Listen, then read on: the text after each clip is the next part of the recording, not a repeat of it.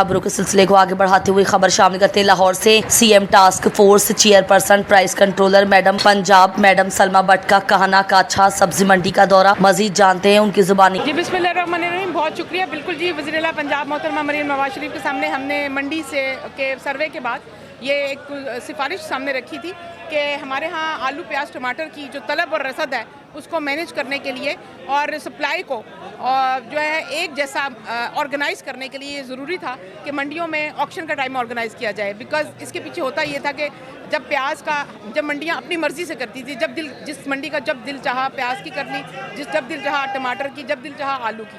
तो बेसिकली जो सप्लाई होती है, जो अराइवल होता है कमोडिटीज़ का, वो पूरी रात में होता है। तमाम मंडियों में रात भर कमोडिटीज़ आती रहती हैं, सुबह को फजर तक पहुंचती हैं, कहीं 8 बजे तक, कहीं 10 बजे तक सारी सब्जियां जो हैं वो लैंड कर जाती हैं, आप पहुंच जाती हैं मंडियों में।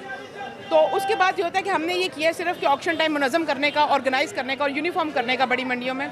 मकसद ये है कि जो सप्लाई है वो डिस्टॉर्ट ना हो। जैसे मिसाल के तौर पे अगर टमाटर की 4 गाड़ियाँ लाहौर पहुँच रही हैं आज, तो लाहौर रात को अगर 4 या 10 गाड़ियाँ बुक हुई हैं तो 10 की 10 लाहौर ही आएँ। ऐसा नहीं हो कि रास्ते में वो सोचें कि आज फैसलाबाद में क्योंकि या मुल्तान में रेट ज़्यादा मिल रहा है तो 4 गाड़ियाँ उधर चला दो, 6 लाहौर में उतार दो। पहले ये हो रहा था। आलू की अगर 20 गाड़ियाँ आ रही हैं तो 10 गुजरांवाला में रोक लो, 10 लाहौर पहुँचा दो, लेकिन 20 की 20 मकसूद थी कि लाहौर पहुँचे। ऐसे प्याज में होता था अगर 50 गाड़ियाँ लाहौर में आनी है तो बाज़ औक़ात होता था कि कहीं और पे सरगोदा में या फैसलाबाद में रेट ज़्यादा निकल रहा है, गाड़ियों का रुख उधर मोड़ दो। बेसिकली हमने ये जो सप्लाई है इसको ऑर्गेनाइज़ करने के लिए, मैनेज करने के लिए एक टाइम रखा है जिससे नुकसान कोई नहीं है, ना आड़ती का ना कारोबार का। लेकिन फ़ायदा ज़रूर है कि हमारा जो हम ये कल से नोट भी कर रहे हैं कि हमारे सप्लाई जो चेन है उसके बिहेवियर क्या है आ रहा है आने वाले दिनों में। और जो सप्लाई जो थी प्याज की, जैसे सप्लाई मुझे 2 दिन के अंदर ये आज एक मंडी से मालूम पड़ा कि जो प्याज है उसकी सप्लाई में आज ही से बेहतरी आना शुरू हुई है।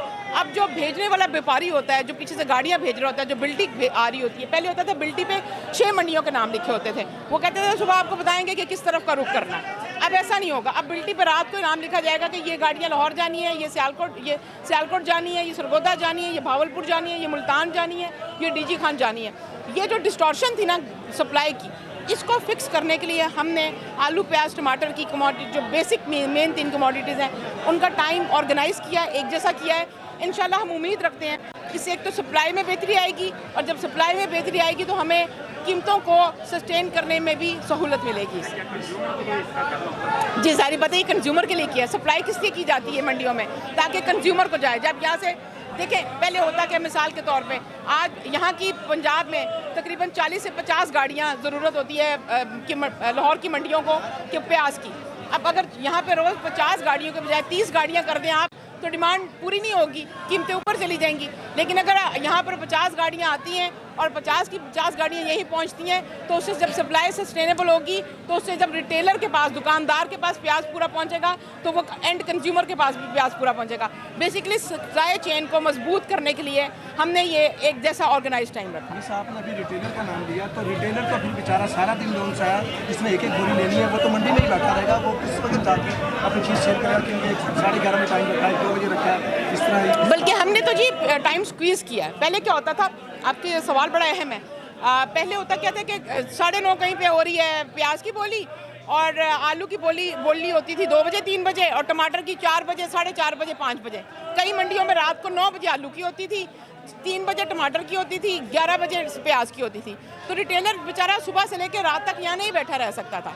तो रिटेलर बेसिकली अगले दिन आके मंडी से सौदा खरीदता है। बोली होने के बाद जब तीनों बोलियाँ हो जाती हैं उसके बाद वो जो फड़िया जो होता है वो मंडी में सारा सौदा लेकर बैठा होता है, रिटेलर आके उससे ख़रीदता है।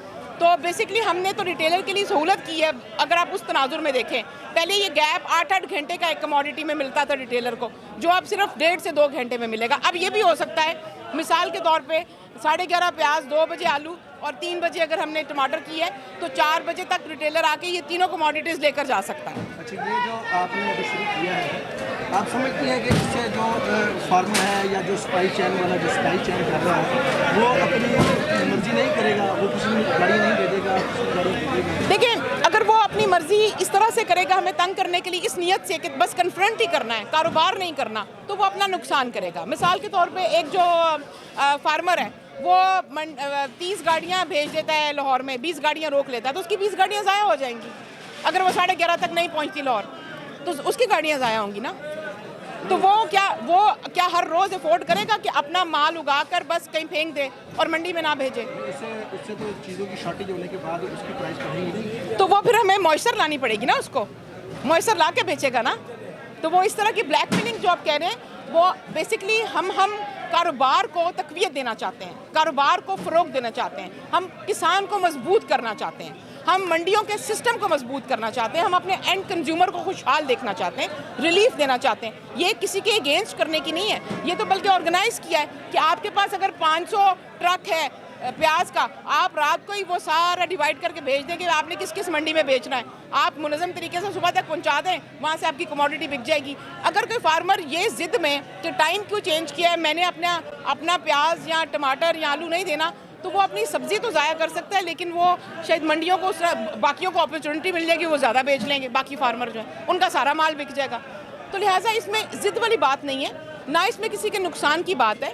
ये तो सिर्फ एक बेहतर कदम उठाने की कोशिश की गई है और ये सबकी मुफाद को मलहूज़े खातिर रख के की गई है। इसमें किसी को भी ना नाराज़ किया गया है। आड़तियों से मुशावरत की गई, आड़तियों को तमाम मंडियों के मार्केट कमेटी जो सेक्रेटरीज उनको बुलाया गया, तमाम मंडियों से आड़तियों को बुलाया गया। 3 घंटे की तवील मुशावरत हुई। इससे पहले गुज़श्ता 2 महीनों में मैंने 11 अजला का विज़िट किया, तमाम डिविजनल हेडक्वार्टर्स का विज़िट किया।